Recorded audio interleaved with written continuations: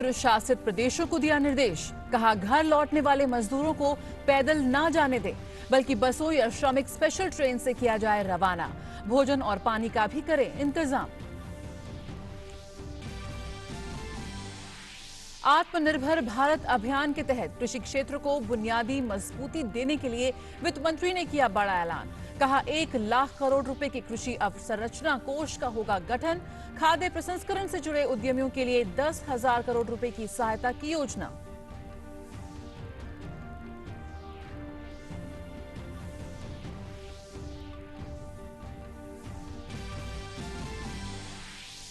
कृषि बाजार में हुए सुधार को लागू करने की दिशा में कानून लाएगी केंद्र सरकार। किसानों को उनके उत्पादों के लिए बाजार उपलब्ध कराने का है लक्ष्य।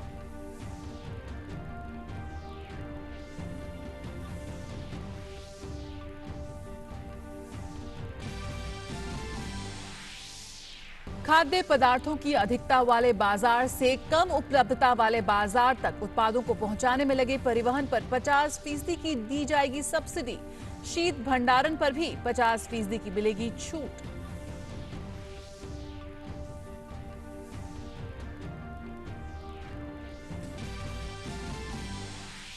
प्रधानमंत्री मत्स्य संपदा योजना के तहत मछुआरों के लिए 20,000 करोड़ रुपए के पैकेज की घोषणा।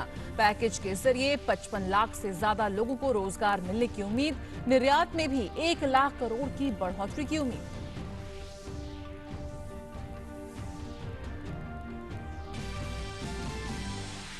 पशुपालन संबंधी ढांचागत विकास के लिए सरकार ने की 15,000 करोड़ रुपए के फंड की घोषणा। 10 लाख हेक्टेयर में औषधीय पौधों की खेती के लिए 4,000 करोड़ रुपए का ऐलान।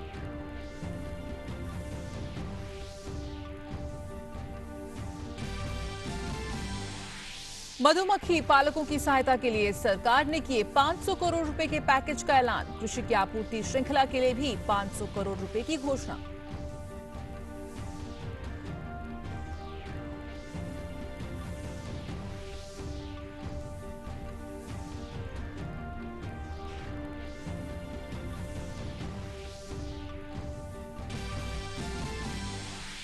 भारत में कोरोना के कुल 51,401 सक्रिय मामले, 2,649 पहुंचा मृतकों का आंकड़ा।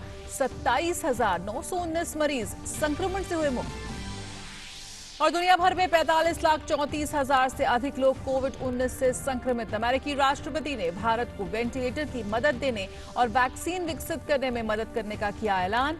अमेरिका में 14,42,000 से ज्यादा लोग संक्रमण की चपेट में। नमस्कार, समाचारों में आप सभी का बहुत बहुत स्वागत है। मैं हूं जया सिन्हा और शुरुआत करेंगे इस वक्त की अहम खबरों के साथ। केंद्र सरकार ने एक बार फिर प्रवासी मजदूरों के प्रति अपनी चिंता जाहिर की है और राज्यों से सुनिश्चित करने को कहा है कि प्रवासी कामगारों को घर वापसी के लिए पैदल ना चलना पड़े, क्योंकि सरकार उनकी यात्रा के लिए बसों के अलावा 100 से ज्यादा श्रमिक स्पेशल रेलगाड़ियां रोज चला रही है। गृह मंत्रालय ने राज्यों के मुख्य सचिवों को लिखे पत्र में कहा है कि लोगों को केंद्र सरकार की व्यवस्था से अवगत कराया जाना चाहिए ताकि उन्हें पैदल चलने की नौबत न आए। इसके अलावा कहा गया है कि घर लौटने के इच्छुक श्रमिकों को पास के आश्रय स्थलों पर ले जाकर उन्हें बस या रेलगाड़ी मिलने तक भोजन पानी मुहैया कराया जाना चाहिए। गृह सचिव ने कहा कि कामगारों की घर वापसी के लिए जरूरी होने पर रेल मंत्रालय और अधिक विशेष रेलगाड़ियां चलाएगा।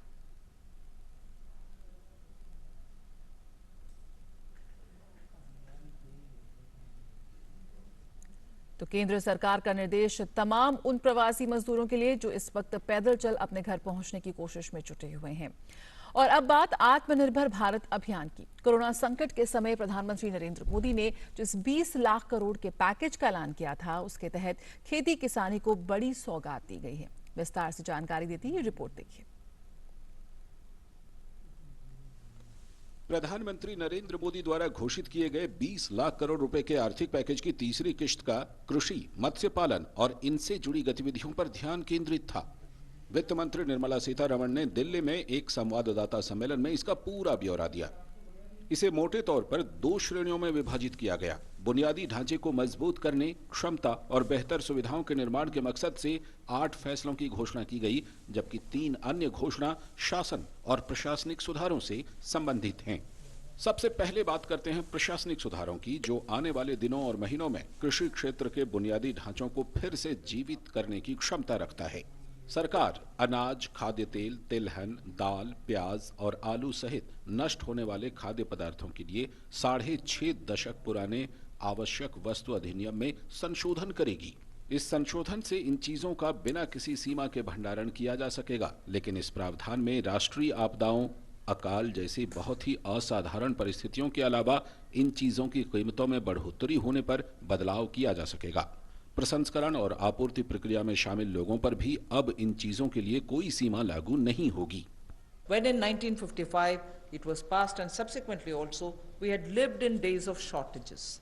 Now what is happening is farmers are producing, there's abundance of crop. This abundance of crop sometimes also leads to issues because they would want to export. We don't permit them to export because we want to be sure that India prices don't go up.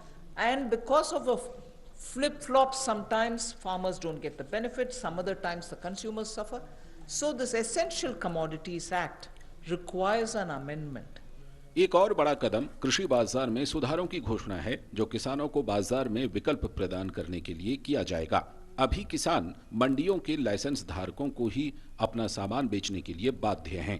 At the moment, you know that he sells his produce only to licensees, holders of license, and this restriction has been one of the reasons why he is not able to find a fair price. Why should only farmers be restricted in selling his produce to only some licensees and not be open to sell it to whoever he wants to sell? So we want to give farmers the choice so that he'll be able to sell his products at an attractive price, have no barriers in interstate movement, and make sure that he is able to e-trade. इसके अलावा किसानों को processor, aggregator, बड़े retailers और निर्यातकों के साथ निष्पक्ष और पारदर्शी तरीके से जुड़ने में सक्षम बनाने के लिए एक सुविधाजनक कानूनी ढांचा भी बनाया जाएगा। इन प्रशासनिक सुधारों के अलावा सरकार ने कृषि क्षेत्र के लिए आवश्यक मजबूती देने के मकसद से कई फैसलों की भी घोषणा की। इनमें से सबसे महत्वपूर्ण में से एक है किसानों के लिए तत्काल कृषि बुनियादी ढांचे बनाने के मकसद से 1 लाख करोड़ रुपए का agree infrastructure fund banana.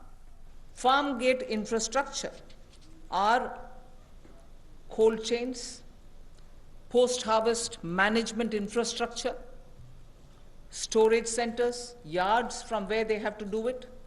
So this fund for 1 lakh crore is being created. Here private entrepreneurs, agricultural entrepreneurs, startups, all of whom are now looking at facilitating by procuring from the farmers and reaching out with value addition to the global markets, don't have the infrastructure. So this fund for 1 lakh crore will immediately address that issue, and that fund will be created at the earliest. साथ ही उत्पादन और भंडारण के लिए किसानों को सहायता देने की जरूरत पर ध्यान देते हुए ऑपरेशन ग्रीन्स में टमाटर, प्याज और आलू के अलावा अब सभी फलों और सब्जियों को भी शामिल किया जाएगा। From top to total is what I want to refer to. This also is an existing scheme which gets additional 500 crores. Many of the supply chains have been disrupted for the farmers, particularly during the lockdown. Operation Greens is a scheme which is running at the moment to take care of tomatoes, onions, and potatoes which are being cultivated, which come to feed the cities, and they've had very serious implication because they are perishable and they had to have distress sales. So farm level support needs to be given, otherwise such distress cannot be prevented. So the scheme features are such that they get 50% subsidy on transportation. They get also 50% subsidy for storage. This is a pilot which we extend for the next 6 months. It will be expanded and also be extended. वित्त मंत्री ने 15,000 करोड़ रुपए के पशुपालन बुनियादी ढांचा विकास कोष सहित कई अन्य उपायों की भी घोषणा की, जो डेयरी प्रसंस्करण में निवेश को बढ़ावा देने के लिए स्थापित किए जाएंगे। इसके अलावा माइक्रो फूड एंटरप्राइजेज के लिए 10,000 करोड़ रुपए की योजना, पैर और मुंह की बीमारी से मुकाबले के लिए सभी पशुओं का 100% टीकाकरण सुनिश्चित करने के मकसद से राशि, प्रधानमंत्री मत्स्य संपदा योजना के माध्यम से मछुआरों के लिए 20,000 करोड़ रुपए का प्रावधान, हर्बल खेती को बढ़ावा देने के लिए 4,000 करोड़ रुपए और मधुमक्खी पालकों के कल्याण के लिए 500 करोड़ रुपए की घोषणा भी की गई। अभिषेक झा के साथ ब्यूरो रिपोर्ट, डीडी न्यूज। और प्रधानमंत्री नरेंद्र मोदी ने वित्त मंत्री निर्मला सीतारमण की ओर से कृषि क्षेत्र में दिए गए राहत की सराहना की है। उन्होंने ट्वीट के जरिए कहा कि इनसे ग्रामीण अर्थव्यवस्था, हमारे मेहनती किसानों, मछुआरों, पशुपालन और डेयरी क्षेत्रों में मदद मिलेगी। पीएम ने कृषि में सुधार की पहल का विशेष रूप से स्वागत किया क्योंकि इससे किसानों की आय बढ़ेगी।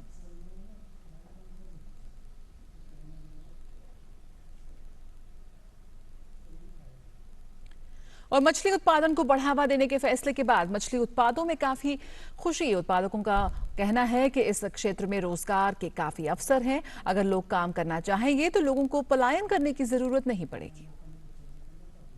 मत्स्य समृद्धि योजना जो कि सरकार ने जो शुरुआत की है वो युवाओं के लिए, नए किसानों के लिए, नए मत्स्य किसानों के लिए, या जो कोरोना और महामारी की वजह से या फिर लॉकडाउन की वजह से शहरों से अपने गांव में पलायन कर रहे हैं, उन लोगों के लिए एक मील का पत्थर साबित होगा।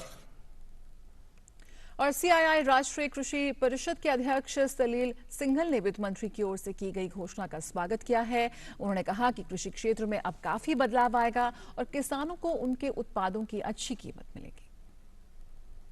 CII heartily welcomes the announcements made by the Honorable Finance Minister today. The rupees 1 lakh crore for building the post-harvest infrastructure will dramatically impact the supply chain for the agricultural sector and make it far more efficient and competitive. The announcements of major changes in the Essential Commodities Act, this will definitely help the farmers to get the best prices for his agricultural produce on the one hand and improve the competitiveness of agriculture. और डनफास India और CII task force on post harvest and logistics के chairman P Ravichandran ने कहा कि वित्त मंत्री का कृषि क्षेत्र के लिए घोषित रकम कृषि क्षेत्र के लिए गेम चेंजर साबित होगी। Let me take this opportunity to congratulate the Finance Minister who today later announced the stimulus packages for agriculture. A few of them are really game-changing in my view. Specific to mention about strengthening the farm gate infrastructure, which has been really lacking for many years, more than a decade now, and this is a very welcome step. I've also seen that there are several initiatives around dairy as well as animal husbandry, which is also a very welcome move because these are two sectors which has cascading effect on several other rural infrastructure and also rural employment opportunities. और corona virus महामारी ने पूरी दुनिया की अर्थव्यवस्थाओं को ध्वस्त कर दिया है। आपदा की इस घड़ी में देश को आत्मनिर्भर बनाने के साथ साथ स्वदेशी को बढ़ावा देने के लिए लोकल, वोकल और ग्लोबल के पीएम मोदी के आह्वान को हरिद्वार की 170 आयुर्वेदिक फार्मेसियां कैसे चरितार्थ कर रही हैं, देखिए खास रिपोर्ट। लोकल से वोकल तथा वोकल से ग्लोबल बनाने की मुहिम में भी प्रधानमंत्री स्वयं शामिल रहे हैं। इसी कड़ी में योग को अंतर्राष्ट्रीय स्तर पर मान्यता दिलवाकर उन्होंने योग व आयुर्वेद के क्षेत्र में बड़े पैमाने पर रोजगार पैदा किए हैं, जिसका लाभ आयुर्वेदिक फार्मेसी कंपनियां व योग प्रशिक्षक उठा रहे हैं। साथ ही साथ आपदा में नए अवसरों की तलाश के मद्देनजर आयुर्वेदिक कंपनियों ने भी रोग प्रतिरोधक क्षमता बढ़ाने वाली दवाओं के निर्माण की गति भी बढ़ा दी है। जिला आयुर्वेदिक एवं यूनानी अधिकारी डॉक्टर जीएस जंगपांगी का कहना है कि हरिद्वार में लगभग 170 आयुर्वेदिक फार्मेसी उत्पादन कर रही हैं तथा कोरोना महामारी को देखते हुए कुछ और नई दवाइयों के लिए भी लाइसेंस के लिए आवेदन दिए जा रहे हैं, जिससे नए योग भी बाजार में आ सकेंगे और लोगों को कोरोना सहित अन्य बीमारियों से बचाव के लिए ऐसी दवाइयां कारगर साबित होंगी।